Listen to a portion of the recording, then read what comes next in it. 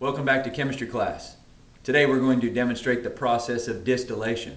During distillation, we are going to separate two liquids from a mixture due to their different boiling points.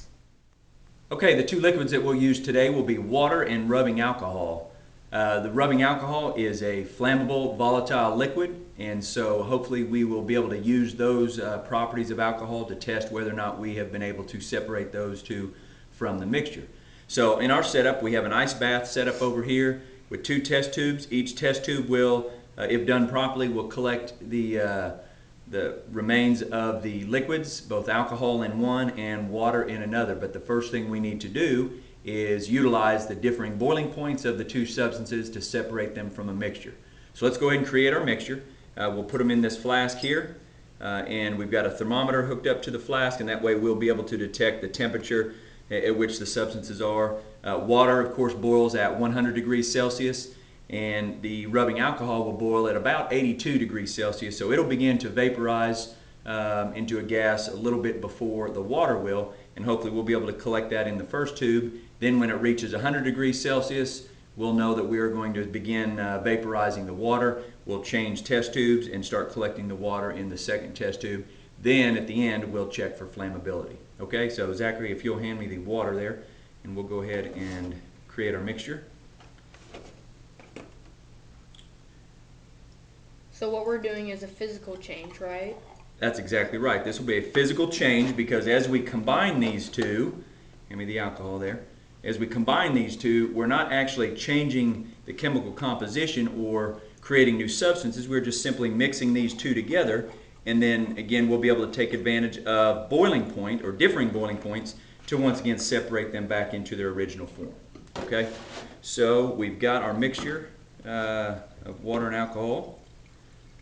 We'll get that mixed well there. And then make sure the bulb of the thermometer is submerged in our mixture, which it is, and so we're in good shape there. This is test tube A, and of course, Zachary, since the rubbing alcohol has a lower boiling point than the water, we should be able to collect the gaseous vapors in here, and then in the ice bath we'll allow it to cool quickly and condense back into a liquid. So it's changing phases from a liquid mixture to a gas, separating out due to the differing boiling points, back into a liquid in the ice bath. So we'll go ahead and turn on our burner here. Okay, so welcome back. We're a little bit ahead of schedule. We are at about 90 degrees Celsius, and you can see we're starting to get some boiling action here, which actually what's boiling is the rubbing alcohol, again at about 82 degrees Celsius. So what's happening is it's turning into a vapor, and as it's passing through this tube and moving down over here into the ice bath, it is beginning to condense back into a liquid, and we're starting to get a good collection of liquid. You can see it coming out here, steaming a little bit, and it's starting to drip in there, and there's actually can you smell that? There's actually an odor of alcohol that is being produced here, so we know that we're getting some alcohol. Hopefully it's pure alcohol here.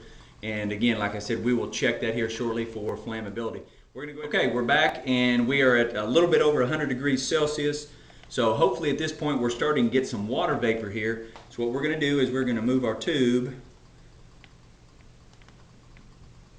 over into the water test tube here.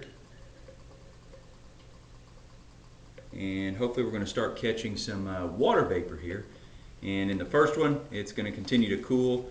That should strictly be alcohol because of the temperature at which it was boiling. Wasn't hot enough for the water to vaporize, but yet the alcohol should have vaporized and been separated from our initial mixture. So we're going to let this boil for a little bit longer, catch some water vapor. Welcome to the flammability part of our test. First, we are going to take the alcohol out of test tube A. Remember, alcohol is very flammable.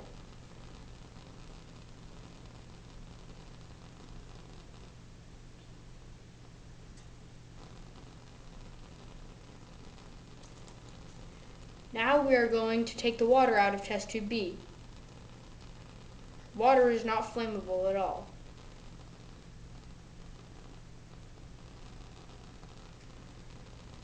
Thank you for joining us in our distillation process. See you next time.